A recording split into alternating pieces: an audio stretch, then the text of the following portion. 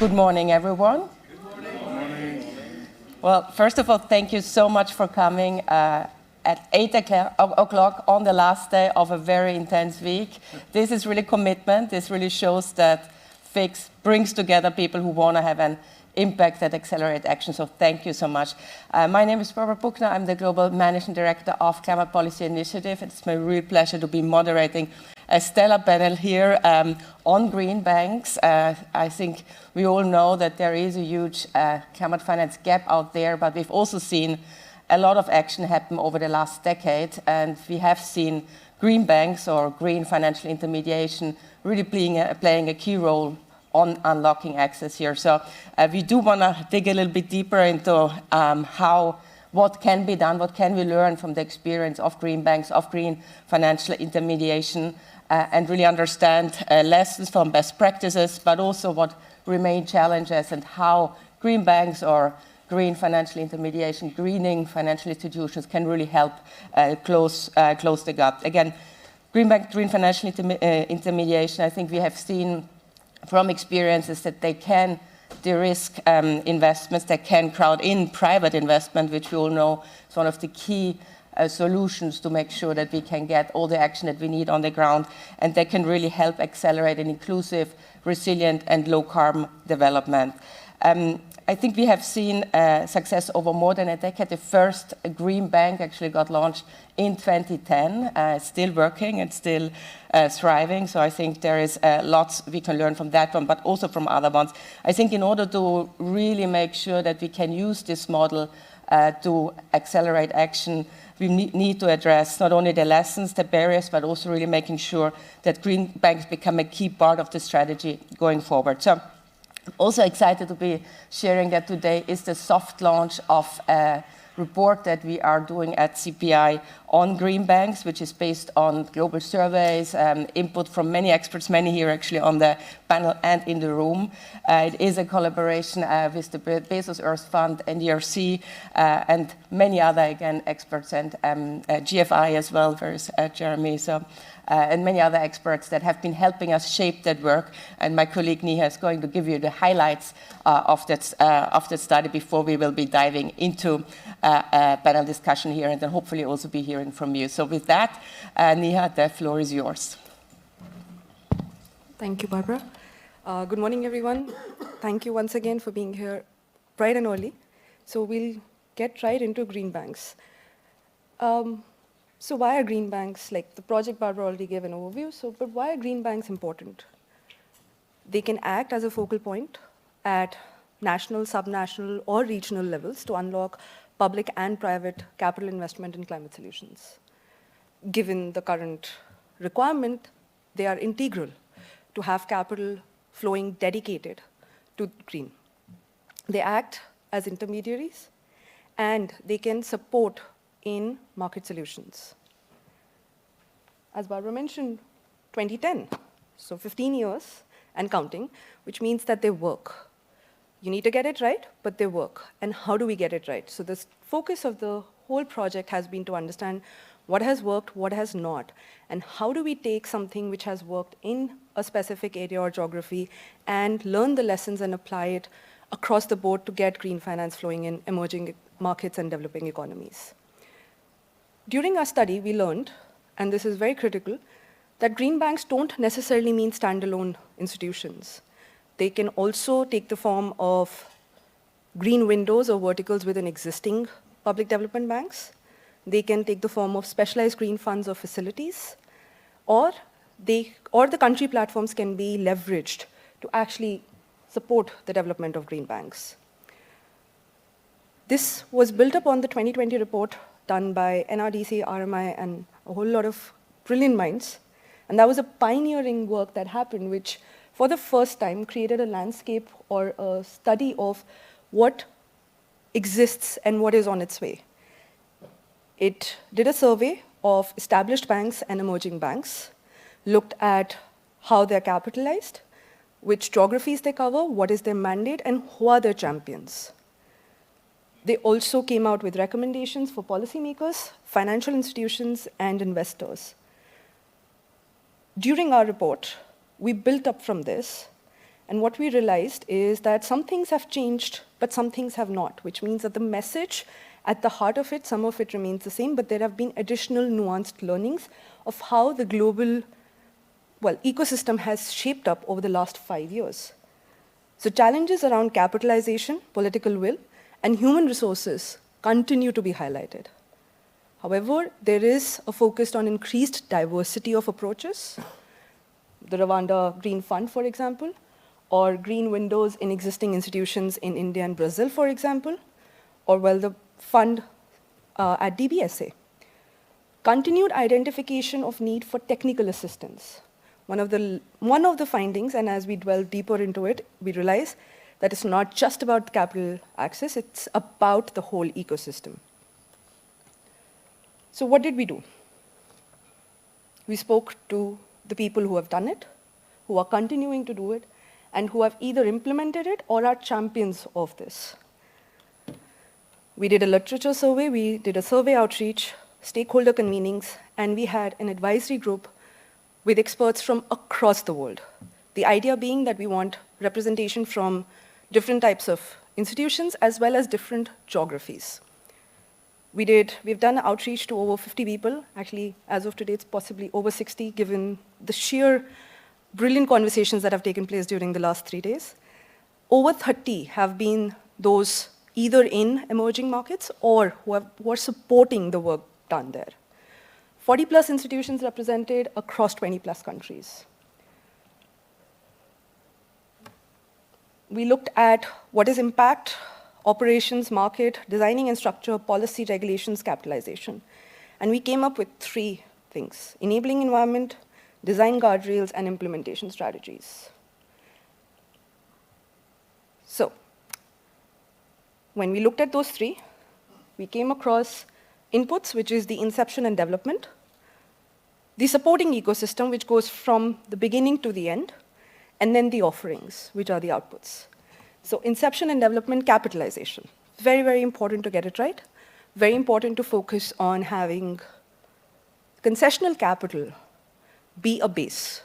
Does not always need to translate into concessional lending offerings, but it does need to be an input. Policy alignment. Institutions must align with the government policies, however, with the caveat that they need to maintain their operational independence. Green is not tied to political will. However, policies and regulations are an enabling factor. Capacity building. Very important to have the right people from the beginning who understand why we are doing what we're doing, what are they doing, and how will they achieve the end goals. And flexibility. So one of the key points that came across was that while it is imperative to have a clear mandate, institutions will have to be flexible given the evolving landscape and the speed at which the landscape evolves. Rigidity will not be useful. Then in the supporting ecosystem, and we feel this is like sort of the heart of the piece, pipeline development. Pretty much everyone in this room at some point or the other would have heard that there's not enough pipeline. There's not enough.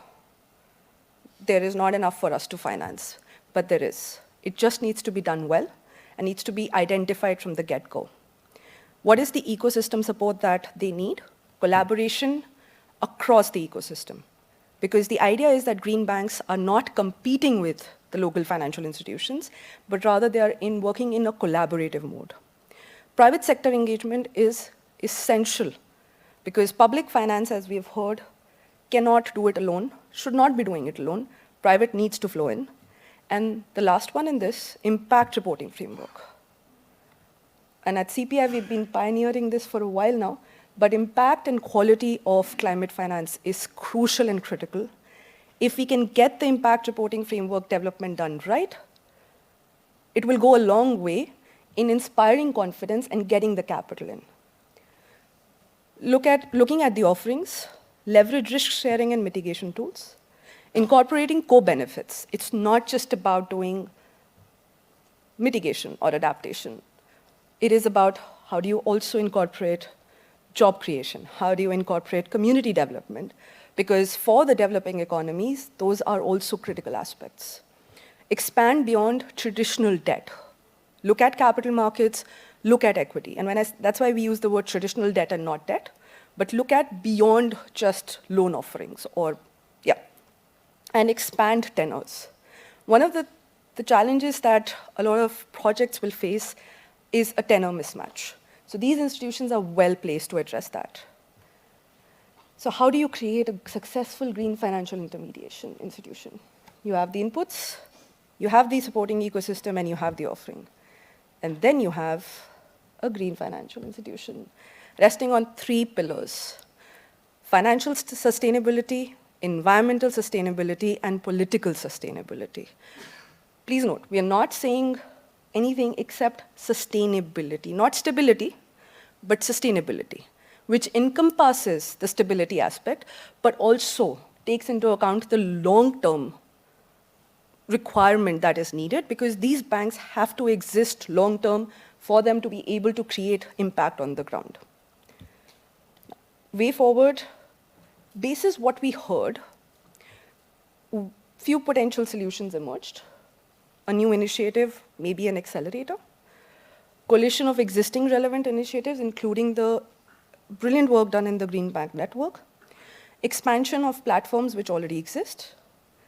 However, we're still in exploration stages. The one solution that was discussed slightly was a Green Bank Accelerator, and as it says, it's a working title, initial suggestions, because we're still working, and we would love to hear more from the people in the room. What are the pillars? Technical assistance, focusing on both the inputs and the supporting ecosystem, funding assistance, and it being a learning hub. Like we said, they have to work in collaboration with local financial institutions, which means not only do they have to work collaboratively, they can act as focal points where learning can happen, because new technologies, new areas. A community of practice is absolutely essential for this to work. Funding sources from across the board, local FIs who will be partners, and other stakeholders who can guide and provide that support on what to do and what not to. So the next steps are continuing with outreach, solutioning, and solution design. Now, this is a request from our side. To make the study even more robust, there are 2 QR codes. One is a survey. It will take you about 15 minutes, but we would really request you if you could fill that survey in the next few weeks. And then there is the report summary, which is a more detailed version of what you've heard today. Thank you all for coming, but we would also request if you could just fill in the survey. It would really help us design a solution which is for the developing economy and with inputs from the relevant stakeholders. Thank you. Great.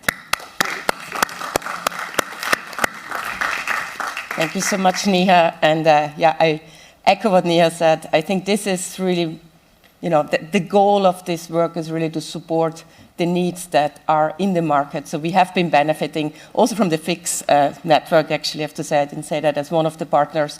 So if you have time, if you haven't filled in that survey, if you know possibly other partners that are interested in additional green financial intermediation, this is a way to really input, have your voice in as we refine that report and share that. But again, we have a soft launch, so the second QR code is the report, the current version of the report, which we hopefully will be launching at the spring meetings in full shape. But with that, let me introduce my wonderful panel here. It's very exciting, and we're going to go deeper into some of the elements that Neha has outlined in her presentation. So close to me, and doesn't need any introduction, Mahmoud Moldin, who had many hats, ex-Minister of the Investment of Egypt, UN high-level champion, Brookings, very good friend of CPI. So wonderful to have you here, Mahmoud. Catherine Kaufman also doesn't need an introduction, as the Director of Africa at the Green Climate Fund now, also a very good partner since many years. Wonderful to have you here. Close to Catherine, we have Doug Sims, who is the Managing Director at Green Finance and Economic Development and Enders in RDC, obviously a key actor and player in the green bank space and a very good partner of this work that we are doing here. So wonderful to have you. Close to Doug, we have Audrey Cynthia Yamachako. I'm sure I did not pronounce it correctly, but wonderful. Another partner who has been providing us with lots of input. She's the coordinator of the African Green Banks initiative at AFDB. And last but certainly not least, another partner in this space here, which is Jeremy Gerlich, who is the strategic advisor of the Green Finance Institute. So Stella, I want to start with you and just get a little bit more information on the work that you have been leading at the AFDB on the various countries with whom you're working in order to build up this green bank. So over to you. Thank you very much. Good morning, everyone. So the African Development Bank has an overarching goal, is really to increase the level of climate finance mobilized for our regional member countries. And with this objective, we were looking at what kind of financial architecture we could build to really strengthen the capacity of our regional member country to mobilize at scales climate fundings for the delivery of the 2.8 trillion needs for NDC's implementation by 2030.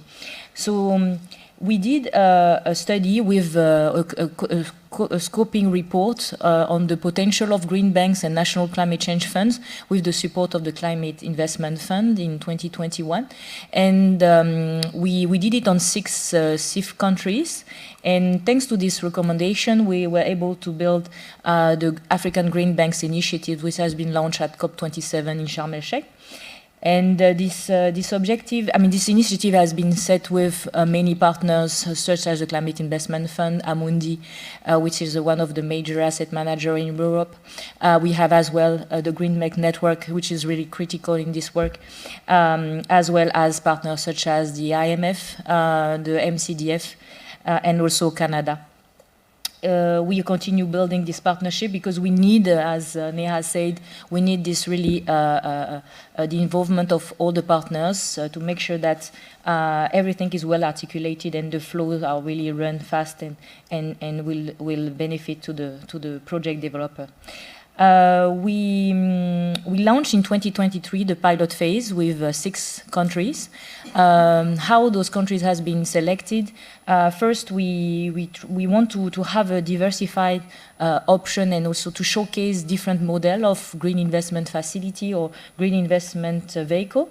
So we have 2 countries in West Africa, Benin, Côte d'Ivoire, 2 in North Africa, Morocco, Egypt. 2 in the eastern region with Kenya and Rwanda, and we want to also to spread this pilot phase to another two countries for the Southern African region. The objective is really to showcase the model working with governments, with also pension sovereign funds, with a public investment bank, commercial banks, private banks. As well as national development banks and also national climate change funds. We hope to close this pilot phase in 2026 with a very good learnings and also good result to showcase that this model is really helping our country to gain their autonomy in piloting their climate strategy. This initiative has 3 pillars. The first is the technical assistance. So we support countries and financial institutions with this technical expertise to help it design the appropriate vehicle, but as well in the capitalization strategy. We also support the capitalization. AFDB has a special envelope of fundings to support the capitalization of those kind of vehicles, and we are also implementing entity of the major trust fund, global climate fund, such as the GCF, the Climate Investment Fund, the GEF, and our role is really to provide in bulk the kind of money, concessional money, which is very critical for those vehicles to function. When the last pillar is the peer-to-peer learning with a major event, which is the Green Bank Summit, AFDB sponsoring with other partners. What we have found as very critical in the design and our young experience in working in establishing green banks is we see that the design is very critical. Every case is is special. When we intervene, we really work with the specificity of the country, specificity of the financial institution we are working with, and we come with a design which is adopted by most of the partners, and we really make, I mean, an important aspect is have something really flexible, which will work efficiently between partners, which will be abide and approved by all the ecosystem, from private sector, existing commercial banks, existing project developer or incubator, but also government institution, ministries. This vehicle has really to act as a one-stop shop for green financing, and it have to have the capacity to provide to project developer a really integrated set of financial instruments which will help the project developer along the way of the maturity of this project, from project preparation grant through equity participation, as well as providing concessional debt and guarantee. So it has to be very flexible and also quick in delivery. When I say flexible, so the aspect of governance is really important. As Neha said, it's really important to have this partnership, and also quick in the delivery, so to see how those vehicles, if they have to be created, they need to, from scratch, they need to start functioning with what does already exist, so make all the ecosystem participate before be fully fledged. Thank you. Thank you so much, Audrey. I think really good lessons, and I think what you said, it needs to be really driven by the country, by the specificity of the country and the needs. I think it also reminds me a lot of, we've had lots of discussions, I think, at this event here around country platforms as well, like really country-driven, country-led, bringing the actors together and tailoring the models to the needs of the specific sectors. And so going really more in detail and having also this peer-to-peer learning that you have, I think, is so important. Again, this is here, this work also that we do hopefully will help to continue this peer-to-peer learning and bring it to other forums. But Mahmoud, let me come to you. Again, we have heard that these country platforms are a way to drive more action that is really kind of helping to build the right ecosystem in countries. I'd love to hear from you a little bit what you think, what do we need to take into account in the context of designing this green banks, this green financial intermediation, and also linking that a little bit to the green bank, the country platform discussion. So over to you. Right. Good morning to you all. Thank you so much, Barbara, for inviting me to this panel. And good to follow up the good presentation by Neha and the good update from the African Development Bank by Audrey. So I'd like to share three things. First, on the issue of the demand and who's owning the model. The second, reactions to some of the experiments. Third, a way forward based on the interesting global political economy dynamics that we're facing. And while I appreciate that there is a kind of a short history of evolution of green banks or green financial facilities, but we are not in 2010, we are not in 2015, and definitely we're not in 2024. A few weeks back, but this is a kind of a very different world that we're living in that can really provide some opportunities as it provides some challenges to deal with. On the issue of the country platform, when people talk about it, it's basically a kind of a government representing the society, considering a partnership with the international community to develop something related to green transition, energy transition, commitment for midterm or long-term goals for transformation. I've seen many examples of that in the areas related to finance of the transition. Since the Glasgow COP, we have seen the idea of the just energy transition platforms, and partnerships that were created, starting actually with South Africa. Now we have examples with different extents of progress in Asia, in Vietnam and Indonesia. There are some good work as well starting in Brazil, and we're looking forward to some updates from Belém on that. The focus is on energy, the focus on how the global and regional financial institutions can help a country in transition. In learning by doing, I think what was announced, especially in the case of South Africa, it could have been announced in a better order, because it would say the following: phase out from coal, phase in renewables, and then check the impact on society to deal with the implications. I think a better order now with the experience that we have, and everybody could seem wise at hindsight, we could say really what is the issue related to the political economy dynamics, the society and the social impact, how can we deal with the labor implications on these transitions, then avail the energy from the new sources, and then the very last thing is the phasing out. Here, this is a more logical sequence, and I think if we start with that, and I think there are some good learning by doing, as I said, on this.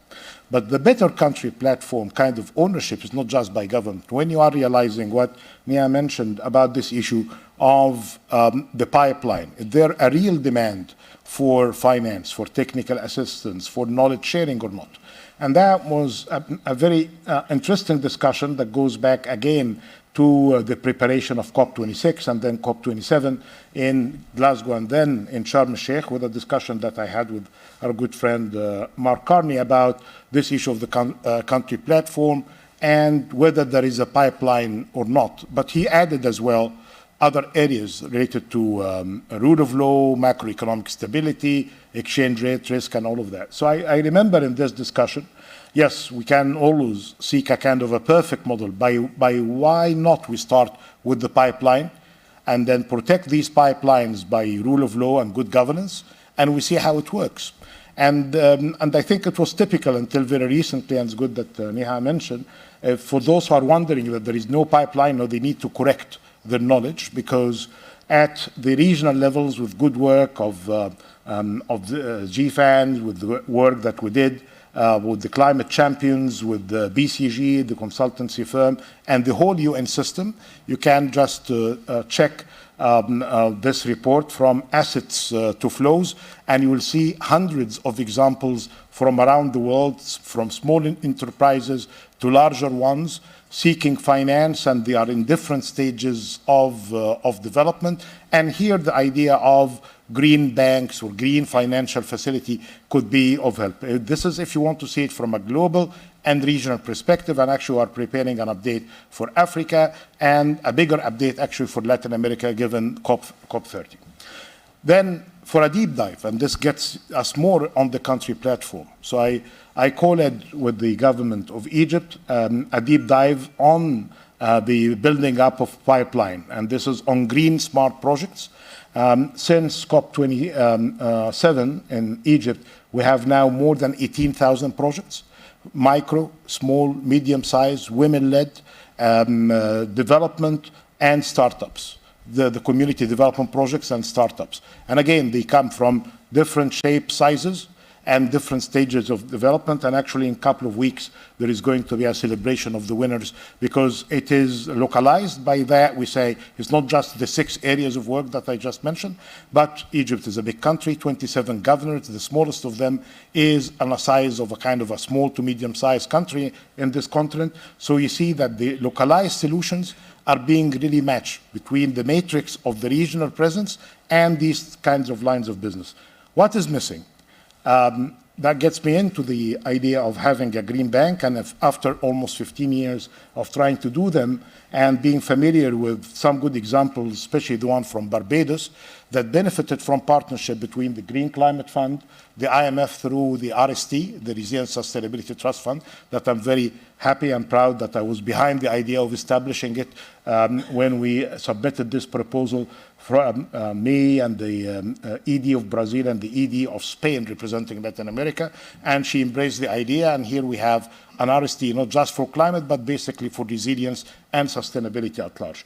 So this is a good partnership between the RST of IMF, other financial institutions, and the Green Climate Fund. But that required country ownership and the exceptional leadership of Maya Motley of Barbados, because here we have an accelerated way of doing it and tailored for the needs of Barbados, what could be benefiting Barbados, even if you are going just in the Caribbean to go to Jamaica, it may need a different model. So here we appreciate this kind of flexibility of the model. That gets me into the very final thing. If I am, and actually I'm trying to help establishing a green climate finance facility in one of the countries that is going to be announced soon. It needs to be, yes, green, fine. It needs to be very much digital as well, because this is the way that you can localize with the most affordable way. It needs really to have as well a variety of activities attached to it. It's not just about credit, because based on the demand of the pipeline, you may need, because we are facing heavily indebted systems now. So private equity participation would be very much appreciated. Technical assistance and knowledge sharing would be very much appreciated. Seeking impact from the very beginning is an area. So will we overload this vehicle from the very beginning with many responsibilities? I think with partnerships we can solve many issues, because here we need really the kind of technical assistance and collaboration supported by knowledge sharing. If you have some of the partners, including some who are represented here, that can really provide assurance. And this is the third time the issue of Intel Inside. First, I said it a couple of days ago when we mentioned the role of IFC and UNDP of assuring the financial system and the developing community that there is some serious work is being conducted. Yesterday, our good friend Rachel Kite mentioned it about CPI, and it's good to see CPI as a kind of an assurance of high quality when it comes to data integrity. This is the same thing for these green financial facility that they need from the very beginning, not to compromise on the impact and to assure good partnership, and issues related to greening based on integrity need really to be there, and they need to be ahead of everybody else with the advancement that we need to see more of digital transformation, and the buzzwords related to AI needs really to be translated nicely there. So we have the demand on the pipeline. We have the ecosystem. Sometimes it's conducive to support from the local and regional communities. And here that could really avoid some of the trouble from my brothers and sisters working in financial institutions today. Some of them are more exposed than others to the disruptions coming from some of the executive orders of one particular country, or some question marks about concessional finance. So if you can get it local, and if you can get it regional, and with mobilization of capital from within, with some good technical assistance and support from partners, that can really sustain the funding and minimize the disruption and enhance the impact. So we can really take from this issue of the winds of disruption a kind of a solution by leaning forward and pushing through more localized and more regionalized impact, but based on international standards and partnership. One final thing. A bank can get a central bank a bit irritated, because they say, well, you will be subject to my rules, capital adequacy this, minimum requirements of finance. So perhaps in some countries and some jurisdictions, you can just build it as a kind of a financial facility that can have better flexible arrangements, and you can consider a cooperative arm, or the whole thing could be built as a cooperative from the very beginning in order to make sure that the impact and the return could be shared. Wow. I think, thank you so much, Mahmoud. I think we did not realize that Mahmoud had that much knowledge and is actually trying to build up a green bank himself. Financial facility. Financial facility. Again, we did, in our work as well, green bank is like a broader term. Then it's not like we do look at different approaches. I think this is particularly what Niha had said. I think the last 5 years, what we have seen is that the ecosystem has evolved. So fully agree with that. So I think we're looking at different approaches, but really, really helpful. I think echoing several points from Audrey on this integrated set of financial instruments from technical assistance to knowledge sharing to concessional finance to equity, which again I think is something that came out in our work. And this insurance part, I think this insurance part, the assurance that there is high integrity and good partnerships, which brings me actually, Catherine, to you. GCF already has been mentioned several times as a key partner in making these institutions, these facilities work. Love to hear from you any experiences you'd like to share from what the GCF has been doing, but also feel free to bring in your experiences from your previous role at DBSA if you'd like to. So over to you. Well, after Audrey and Mahmoud, I thought my job's done. But I think for what we are seeing is actually what you touched on, which is that those funding models that are most successful are the ones that actually come from the bottom up. So in terms of GCS regionalization strategy, I believe that we'll see more innovation coming through in terms of green bank models and green bank financing facilities. What I've also noticed is that, we call, I'm always amused when people ask, tell us about innovative funding models in a particular sector, because innovation really sometimes depends on who said it first or who got the most airtime. But when you go to community-based environments, you'll find that a lot of innovation is already happening. All they need is the financial support, which comes in various forms. Audrey mentioned the concessional funding. From a GCF perspective, I think innovation comes from how you put those funding products together.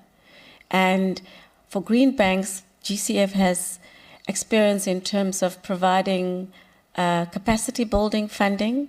So either in setting up an institution to be a green bank, and that comes in different forms. It could be a greenfields, a completely new capitalization, like we saw in the Barbados type example, or it could be a brownfields, where you have existing banks, local banks, could be public banks, that have already or they've decided to pursue a mandate which inculcate climate finance principles, like you had with the DBSA.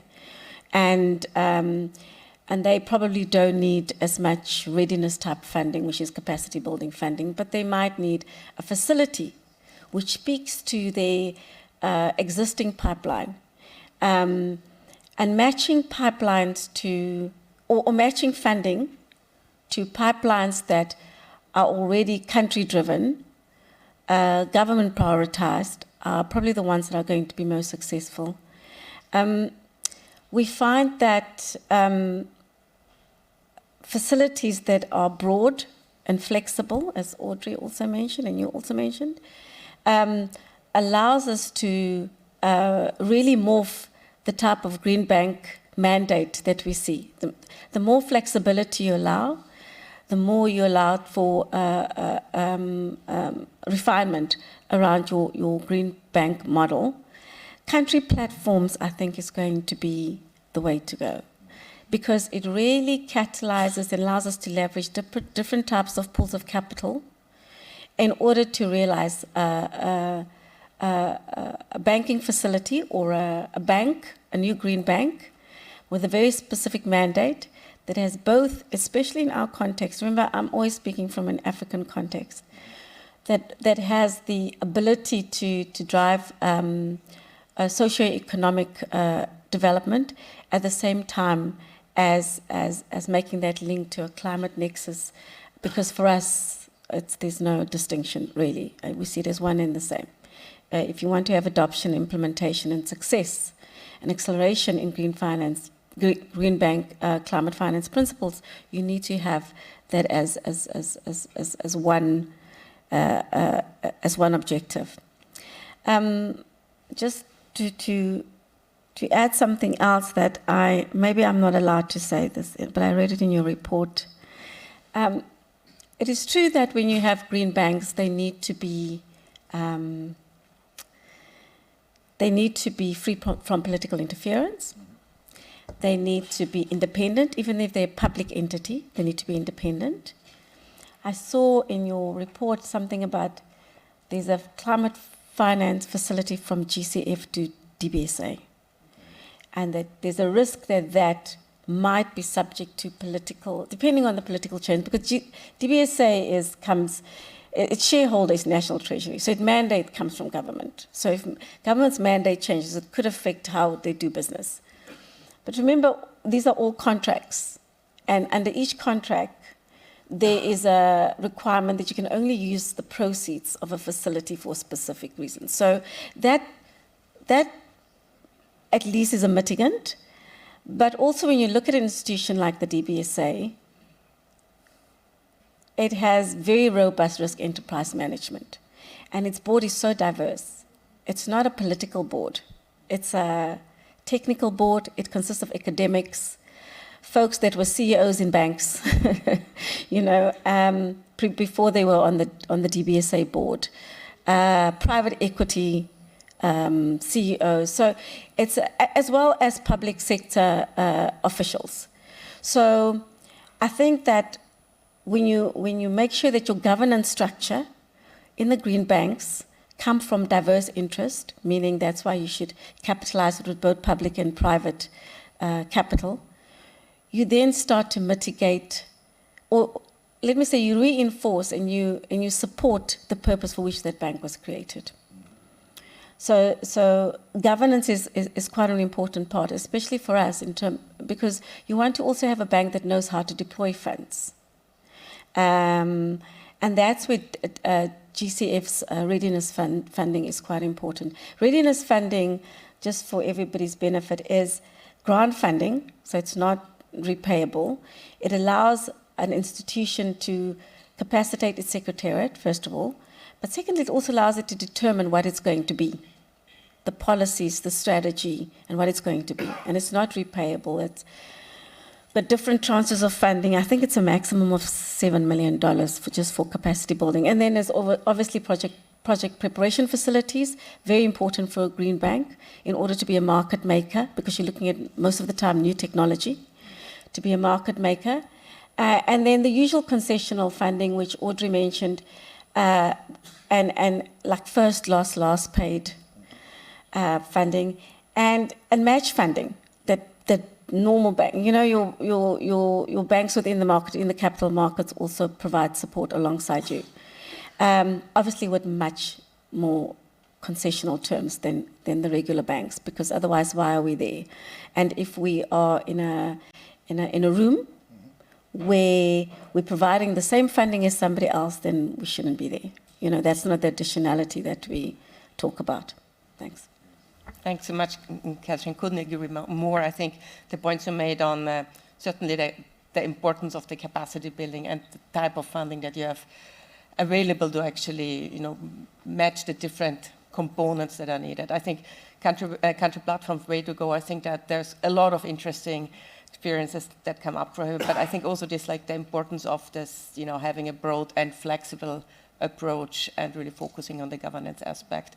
Actually, Jeremy, I'd love to come to you now, because as we are hearing more and more around capacity building, it's one of the important aspects. I'd love to hear from you a little bit, how could you do that, and what are some of the lessons from GFI on that? Sure. Thanks, Barbara, and good morning, everybody. So my panelists have said a lot of things that I was going to say. So I've actually rewritten all of my notes and decided that I'm going to be a little bit more provocative based off of what some of my colleagues have said up here.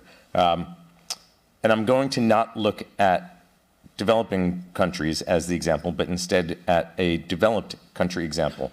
And based off of what Neha said, as far as the definition of green banks and the fact that we're looking broader than just a green bank, but also green facilities, and thinking about people in the room who are representing organizations like C40 that are looking at the subnational level, I'm going to talk about what GFI did with the Greater London Authority in the creation of the Green Finance Facility, which is, I would argue, a localized version of a green bank.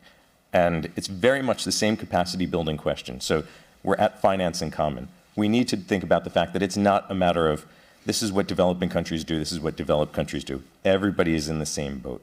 So when I think about capacity building and I think about where the challenges are, the first thing that we often need to start with is, why are we creating this facility in the first place? is there in fact legitimate demand? And I've heard fellow panelists talk about there is a strong pipeline. When we looked in London, there was actually not a strong pipeline. There was not a strong demand for what we were looking to do. And we said, why are we creating this as a facility? So we looked at two things. First, what is the correct design of a facility that is able to deliver on what we're looking for? Secondly, how do we make sure this is financially sustainable and something that aligns with long-term interests of both the stakeholders who are setting this up as well as the potential borrowers who are coming in? So looking at it from that perspective, we started to imagine not necessarily a broad facility, but something that was really narrow. And we did that because of the fact that we recognized that there were financial institutions that wanted to put money in, both public institutions as well as private ones that were looking for returns on their capital, that wanted to put something into an aggregated facility and see that capital get deployed. So we needed to have confidence that there was, in fact, number one, again, the idea that everybody was aligned on why this was being created, and number two, the agreement that this was going to be deployed for the right purposes. So in that instance, we said, let's try to build up that pipeline, and let's look at three specific sectors. So we looked at transportation, so how do we do clean transport? We looked at energy efficiency and renewable energy as three specific areas that aligned with what we were trying to do. And I would argue that's the same thing that we might look at when we imagine a country platform and a country-specific green bank. So we said, let's figure out how do we build that capacity such that there are borrowers who can come in and specifically say, we are looking for this capital. Only when we had a sense of what the pipeline was could we have conversations with potential funders to say, this is what the amount of money is that's needed to capitalize this. And first we had the conversation around what is the amount of money required to set this up. And as others have said, we needed to make sure this was set up with integrity. We needed to make sure that there was a proper investment committee that was made up of a diverse set of stakeholders who all had confidence that this was the right thing, and that the borrowers who might come into the facility likewise felt like they were going to be treated fairly, and this was not driven by a political process. So laid all of that out up front, rather than say that we're going to build this as the plane flies. Let's build this correctly, make sure that this is set up the way that it needs to be to instill confidence in all stakeholders across the market, as well as all the sources of finance that could come in. On the back of that, we were able to say, this is the amount of money that we need to bring in. This is how we staff this up. This is how we make sure there are independent fund managers who are coming in who know how to do this correctly. And again, instill confidence in all of the sources of capital who would put money in and make sure that the money is being deployed. We looked at questions of capitalization, governance, how is this housed, where is this hosted, what is the additionality of this, and what are the returns targets of the people who are putting capital in. And I feel like oftentimes when the conversations around green banks start, the bankers leave the room. The bankers who are looking at this from a returns perspective, because they say, this is fluffy, this is not clear, this is not specific, we don't know how long we're parking our money, we don't know what this means from a financial model perspective. So I feel like we need to have those conversations and make sure that the sources of capital who are putting money in feel comfortable. Where GCF comes in and says, okay, we are happy to participate, I think that there's a need for GCF capital, AFDB's capital, but there's also a need, if we want to make sure this is long-term sustainable, to see that the private sector is participating as well. And so if we see that there is that blended finance approach that allows for that capital to come in, that works. So what we were able to do is to say, this is the amount of money we need. We needed 500 million pounds, so £500 million, for the initial pilot to show that this worked. We were able to successfully source that money, and only sourced it because of the fact we said that there is a credible pipeline, and we were able to show that pipeline. So I feel like those who say, field of dreams, build it and they'll come, it doesn't always work that way. So I think that we need to make sure that there is a credible sense of what the pipeline looks like, and that this is something that ultimately is the type of thing that we want to see.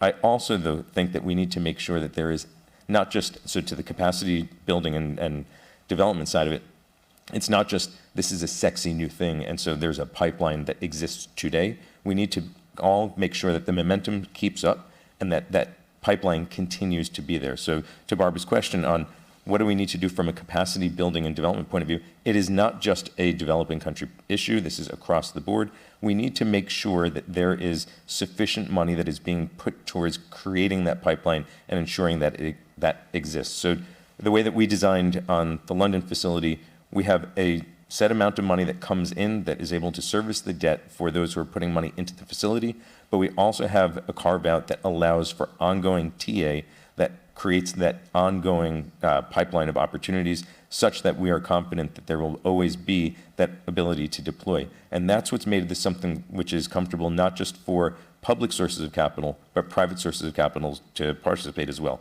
Final thing I'll say, and again, this question that people keep on talking about as far as let's build it, let's make sure this works.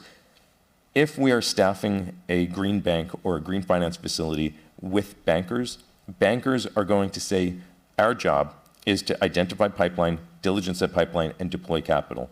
If we don't give them a credible pipeline of opportunities, they'll ultimately start looking at things that are not necessarily fully aligned. And I think that the big challenge that we're likely to see in a number of countries is that we're seeing pipeline and capital get deployed for things that are not 100% aligned with what we want this to be. So I think that we need to make sure that there is proper capacity building and a sense of what that pipeline looks like from the very beginning, and a sense of how we make sure that that is sustained rather than something which is a flash in the pan and then gone. I'll stop there. Thanks so much, Jeremy. I think very helpful, and I think having the right approach from the very beginning and identifying really what's needed, where is the demand, and then how do you build this. I think very, very helpful lessons. We are obviously running out of time. This is a very rich discussion. I'm coming to you, Doug, now. I just want to make sure that everyone else then gets one sentence on, what next, what is your priority this year. So start thinking about that. But Doug, over to you for all the input and experiences from your work. Sure, I'll try to be brief and summarize. I think I'm the person who has a pretty diverse experience in building green banks, both in the U.S. and developing markets and in emerging markets. And so I would just say I think there are things that are same. There's also very, very different elements, and I think pipeline's one of those. I think sometimes the green banks have to create the pipeline. In London, there is a latent pipeline. In other countries, there won't be that latent pipeline. And sometimes you need to have an institution who's there trying to create the pipeline, trying to support the ecosystem. So I think that may be one difference. But I'll just, I just want to, of course, thank Barbara and Finance in Common for the panel, and also the IDB, GCF, AFDB, AFD, Green Finance Institute. There's a lot of folks who've made this conversation richer over the years, and to hear everyone saying the same thing is quite inspirational, because 10 years ago, people didn't say the same thing. We're arguing about, is an NDB a green bank, or is a green bank an NDB? What's the difference? So I think everyone's coalescing around there is a need for some dedicated specialist green finance institutional capacity, and I think probably in all countries. It'll look different in different countries. That's I think, a headline. We had the opportunity to work in depth in several countries, India, Mexico, Chile, a little bit in Kenya, the U.S., and a couple other countries. And I think I'll just try to give you some war stories a bit from how these projects got stuck or got freed from the trap. So forgive my analogies, but I try to group these in sort of with sort of green themes. So a green bank needs to be created root and branch, not simply as a branding opportunity. In certain countries, you'll see people take an existing NDB or a bank and call it a green bank. Someone has a few green projects they become a green bank. That's not enough to make a green bank a green bank.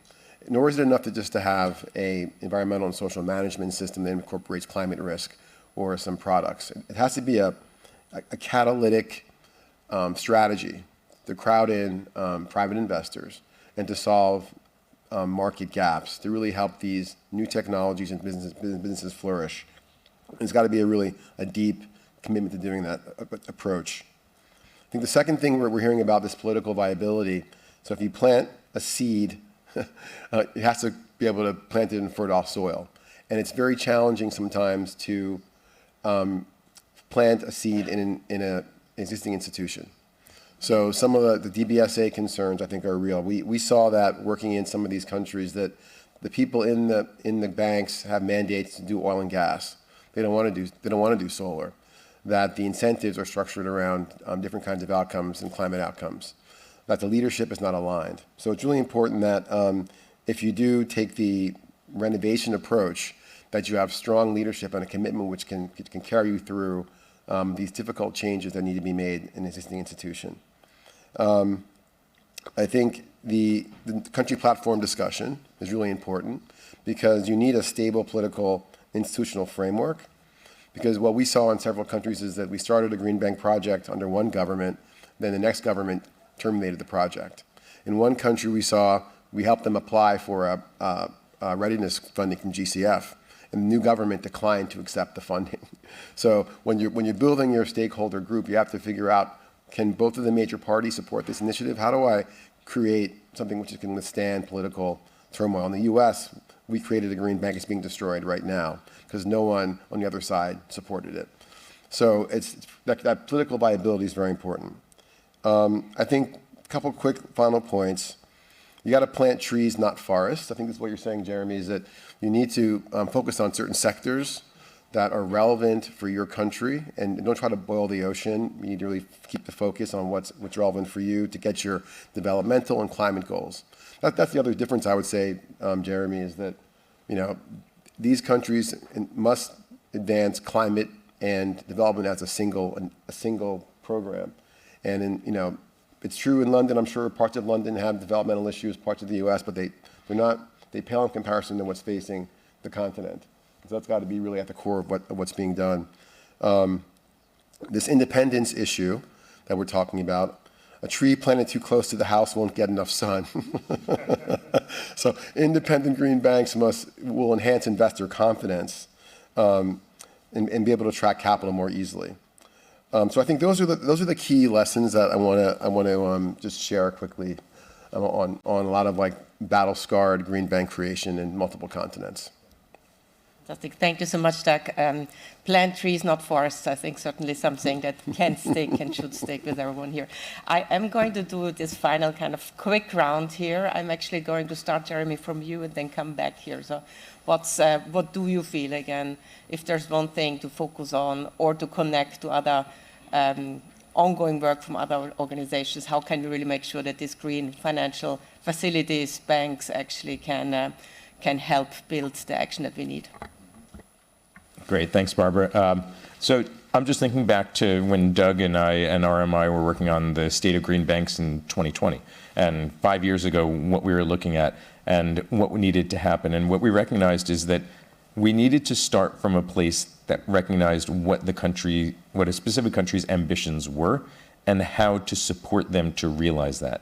And so I feel like if there's one thing that I want to take away from the panel, and that I hope you also do, is think about how do we help countries where they are and understand what they have as their ambition rather than to foist something on them that says, this is what you need to do. Because even in the way that Niha has laid it out, that there's 4 different typologies, let's figure out what the typology is that works for a country rather than get to a place that says, this is the one-size-fits-all solution. So I hope that all of us can leave from here, read the report, it's great to have that QR code, but to see at the spring meetings how this comes through as a clear message and to embrace that and say that we are working, as Doug said 10 years ago, everybody had a different vision of this. Let's all say that as a community, we are supporting one direction and make sure that countries know that they can come and ask for that support wherever they are, and to know that this is not necessarily an overnight solution, but something that needs long-term commitment. Thank you. Thanks so much. Audrey. Thank you very much. I wanted to highlight that the importance for those vehicles, they have the potential to really tap in also local capital market, especially to mobilize domestic currency. And they have a strong potential by with the securitization process, issuing green bonds, and really tapping in the large fundings, local fundings available, so to support and sustain their climate action. Those vehicles, I think, are very critical, especially in Africa, where we have some lack in the financial architecture, and to do the link between major global climate funds, regional climate funding providers such as EFDB.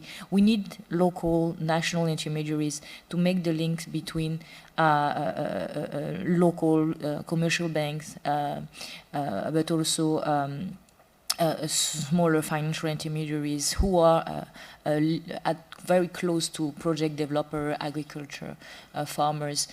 We need to really create this link, and those kind of vehicles are very flexible. Today, we have this critical agenda to tackle for climate and green biodiversity, sustainable green development. This is a major problematic to grasp, but and that's why those kind of instruments is just financial instruments. Then the underlying can change with the year. We hope, and I hope, that in the coming years we will not need anymore having this focus on green and climate, and hopefully those kind of problematic will really be mainstream. So there is a lot of opportunity. A financial instrument can be adapted to many purposes. Here we have a strong, innovative financial model to develop. Thank you. Thank you so much. I think here at the Fix, it's important to talk about, I think, maybe two issues, two opportunities. And one of them is just the importance of the peer learning opportunities. I think we had the most success we had in terms of getting understanding of what we're trying to achieve in Mexico was when we convened the major development bank in Mexico with all of the commercial banks around a sectoral discussion around transportation. At that point, the development bank heard the needs of the market and vice versa, and that really catalyzed a whole set of activities. So those kinds of conversations, the Fix conversations, I think bringing in the green banks into Fix to try to have a green development discussion could be very, very powerful, because that really accelerates learning, and people actually find that they can leapfrog where they are in a much more nonlinear way through that peer learning. The other concept I think is important to sort of try to table, and this kind of builds on what my colleagues were saying, is that trying to move towards NDBs and green banks as their own asset class. How do we create sort of standardized vehicles where you can come in and have an understandable risk-return profile and say, I want to invest in a portfolio of African infrastructure at scale that has NDBs as asset managers and pipeline creators. I think that's a really important to make that something which follows the path of infrastructure funds and private equity and venture capital as something people recognize as something which has certain kinds of characteristics. The opportunity we have now is to create that with this moving in the same direction, like Jeremy said, towards scaled financing.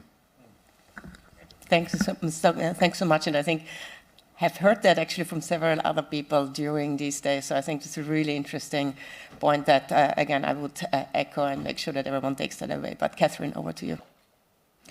Mine will be short. So I think for me is, and I'd like to go to the nature analogy of my colleague, of Doug, and to allow many species in the forest, I'd like to say. So anything from embracing country platforms and creating green taxonomies around country platforms so that we can catalyze capital to come in and everybody understands what the playing field is, to encouraging a diverse, maybe smaller, sort of VC-type tech green facilities. Because if we're going to meet net zero targets, we need to really double up on technology investment. And the other one, of course, is that somebody asked me, what would be my utopia for climate, for net zero? And I said, if we don't exist, if our existence isn't necessary, if we're no longer relevant, we have really reached our objectives. And that goes to what my colleagues are saying to some degree to my right. When we no longer need it, I think that's then we've come home. Thanks. So maybe in 5 years there will be no panel on green banks. That would be success. Okay, we are going to Mahmoud. Right, thank you so much. So what we're trying to achieve, and I think there is an advantage of starting late for those countries and communities that do not have such a facility. And I would say what Doug mentioned in particular about this issue of knowledge sharing and peer learning is essential. There is a great deal of knowledge by what went right, what went wrong, adapting that to the local community. And then it's a fashion in some countries, especially in my continent, to seek partnership. But I think here we need really to be guided by the golden rule of Deng Xiaoping when he met the former president of the World Bank, that in our own we can do it, but with you it can be faster and better. So if the partnership is not really getting results fast and in higher quality, there is no need for it.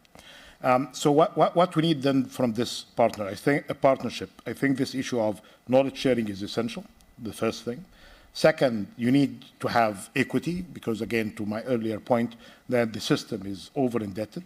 The second, that indeed you need to have the right mix. So again, some concessional long-term credit facility could be appreciated. We are in a continent here that suffers to a great degree from a variety of risks, but on top of them, the foreign exchange risk.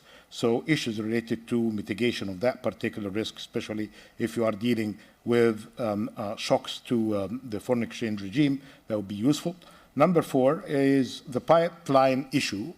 Yes, we proved that there is a pipeline, but this is not a static matter. It's a dynamic thing that you need really to monitor closely. And perhaps the issue is not just about the strong pipeline. It could be about the business environment that compromises some of the feasibility of the elements of the pipeline.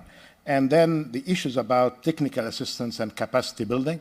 I'm happy, especially with my GFAN's hat, and adequately represented here as well by Sam, that the cross-cutting theme is basically in all of what we said. You need really to have technical assistance, capacity building, not just for the vehicle, but basically to some extent for your regulator to understand what we're talking about, to the potential funded projects. So this is something that we need to build from the very beginning, and for something that you have been always assuring us of, Barbara and your team, it's basically this issue of what it will take for this vehicle to assure the stakeholders, the community, and the beneficiaries that it is with high integrity, adequacy of reporting, the transparency being very much subject to these checks and balances from the very beginning of the project.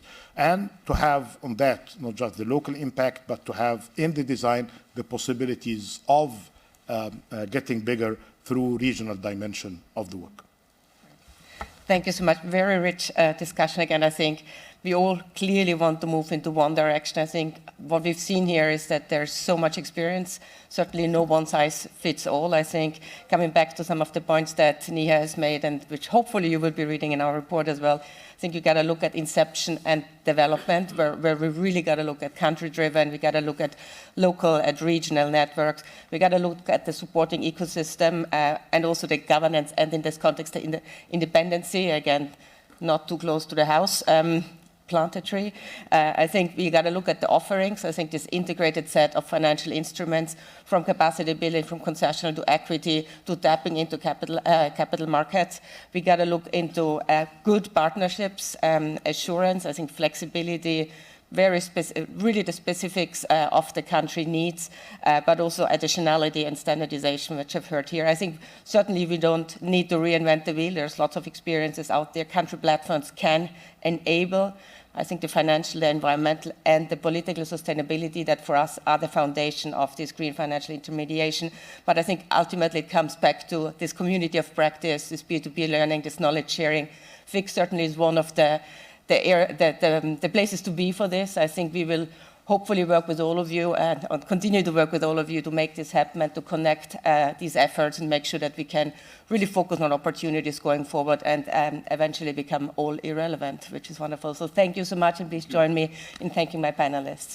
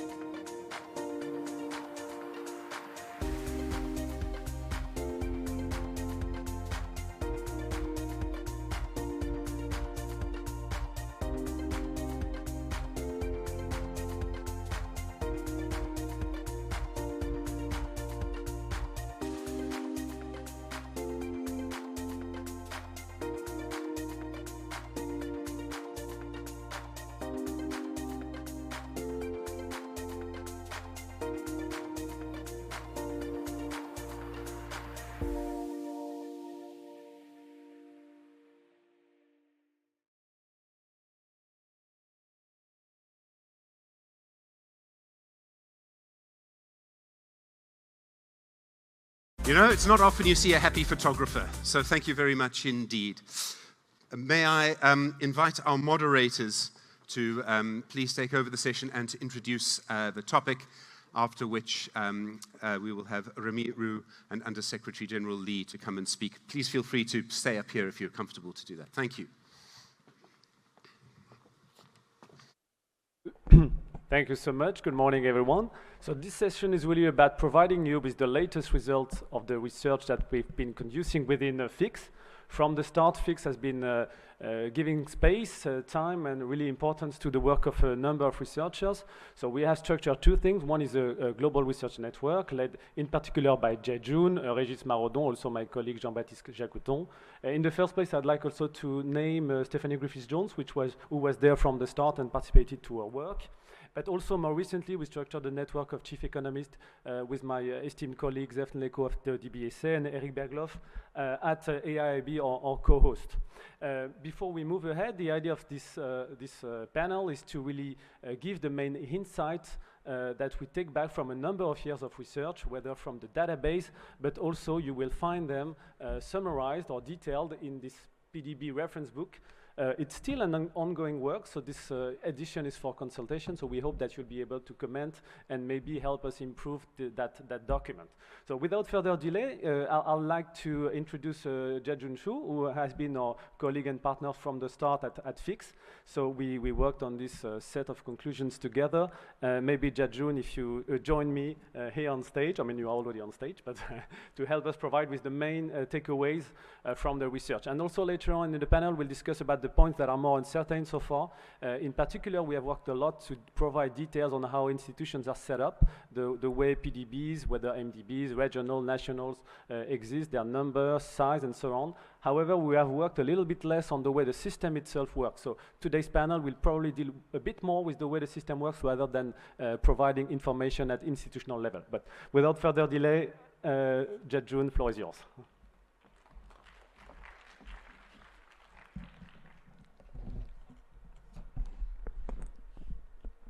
Well, thank you very much. That was held at that time. We know very little about PDB. There was no comprehensive and reliable list of PDB, let alone their size, their role, and their effectiveness. But as we know that we live in a world that we, as an international community, we have to work together to achieve SDGs, and financing a comprehensive, holistic, and transformative approach to financing SDG is a key in this endeavor. And the PDB has been a very important potential instrument for achieving such kind of transformation. And this has motivated my team, and in collaboration with AFD4D and many other colleagues who are also sitting in the room today, to work together and to try to build the knowledge, collect the data, and to make the frontier research feasible.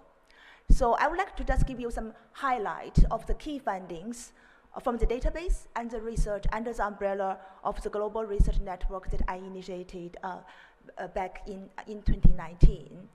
So one of the key findings we found that is that PDB has been prevalent worldwide. We have identified 536 PDB and DFI from 159 countries, whose aggregate total asset adds up to 23 trillion USD, accounting for 10% of global investment. So this is really challenge the conventional wisdom that PDB, they are periphery in the financial system, and they only play a very minimum role. So this is our key finding. It also highlights the strategic importance of PDB in the global financial architecture.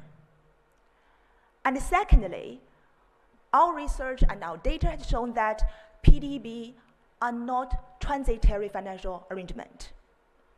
The conventional wisdom argues that as countries moving high-income country status, they have full-fledged capital market and well-developed commercial banking system. PDB should be abolished, commercialized, and shut down.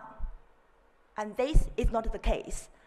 According to our database, the high-income countries still have quite a number of PDB, and whose whole total asset play a very pivotal role in the national financial system.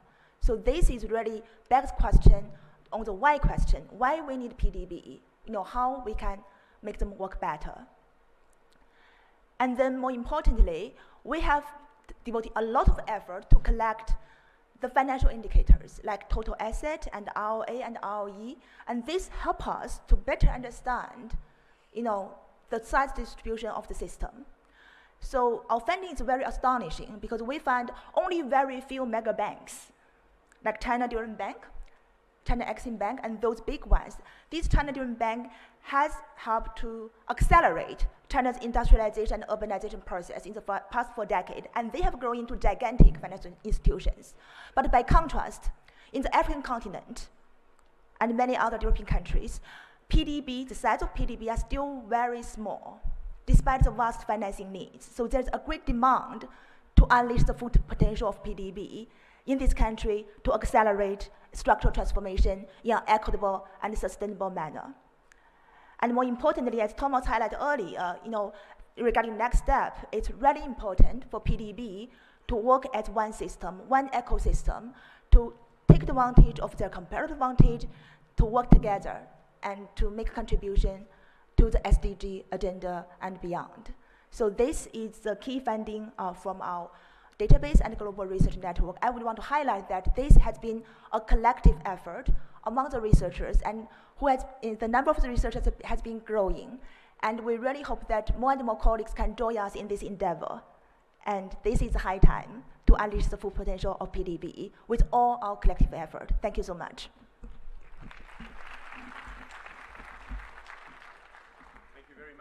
Professor, may I invite Remy Roux, the Chair of Finance and Common and CEO of the AFD, to make some comments. Thank you. He's graciously accepted answering some questions from our moderators afterwards as well. Good morning, everybody. I'm here honored to have Under Secretary General Li Runhua with us on stage. Really to thank you all in the room on behalf of the whole Finance in Common community for this reference book, for all that the research is providing to our common endeavor. So it all started, I remember, dear Jun, I think it was in 2018. We had the meeting around the IDFC in Beijing. We were there, and the idea of a specific program, a global research network around this category of financial institution was accelerated or was born there, and I'm very happy to see 7 years afterward that there's been more than 100 original papers published, a group of more than, well, let's say 50 deeply committed academic researchers and think tanks participating this global research network. I want to mention Peking University, of course, Stellenbosch here, I4C, FERDI, WRI, ODI, where all the partners that are gathered. I don't want to forget anybody. And what I like in what you're doing is there are newcomers. It's growing, including I heard that there was an excellent meeting in Stellenbosch with the 5 biggest universities in here around Cape Town to exchange with students, young researchers about what we are doing, because we need new forces also, new ideas, innovation in the way we capture what we are collectively doing, and the way forward we don't know, basically. And that's why it was so important. That's the message I want to convey, that Finance in Common was built from day one, even before 2018, day one, on science, on research, and on this core group of academics that you gathered. So I really want to thank you and express how important it is to base the institutions and policies on science, especially when it's about public policies, it's about public institutions, it's about state-owned banks, and we know that it's not an easy issue, never been among economists. It's up to having maybe a bit of a biased perception of this group of institutions. That was my perception when well, for a long time. And so I think here this reference book is a milestone, really, summarizing 400 plus contributions, helping us tremendously identify the category. I've seen year after year the acronyms changing, so now it's called PDBs, so okay. Let's accept, I know it's not all banks, I know there are DFIs and PDBs, but it seems that after 7 years we are comfortable to say, okay, this maybe could be an asset class, or it's a category per se. And what I like in the document is that it's a category, but out of an incredible diversity, which is I think really the beauty and the potential of this group. Its consistency as well as its various capacities able to provide. I was struck of many gems in the document. The small island developing states institution, so capillary and so big in their GDP. The War Finance Corporation in the US in the First World War, I didn't know. I learned reading the book. And so it helps us build FIX through, and it's a document we can widely share that is easily readable. What I like also in the document, it's very candid, meaning there are chapters about business models and how challenging they are. There's even a chapter on failing public development banks, including reminding a French experience, humbling for us, which is fine. I mean, that's what research and science has to bring to the discussion. Difficult questions. We know there are risks attached to public development banks. Governance and corruption is probably the main one. But there are ways to tackle these risks. That's also the lesson we hear from history.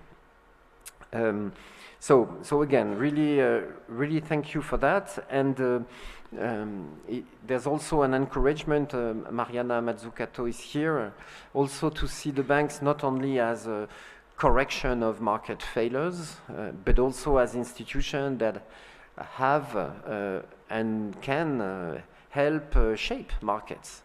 And I want to stress here, because it's in the rooms as well, that this issue of carbon markets that is so important these days. These markets, if we want us to deploy and be impactful and of course with the required integrity, we need now, after 10 years of negotiation of Article 6 of the Paris Agreement, we need public development banks to step in and to help build the infrastructure of these new markets. I close by saying that it's a journey, so it's not finished by far.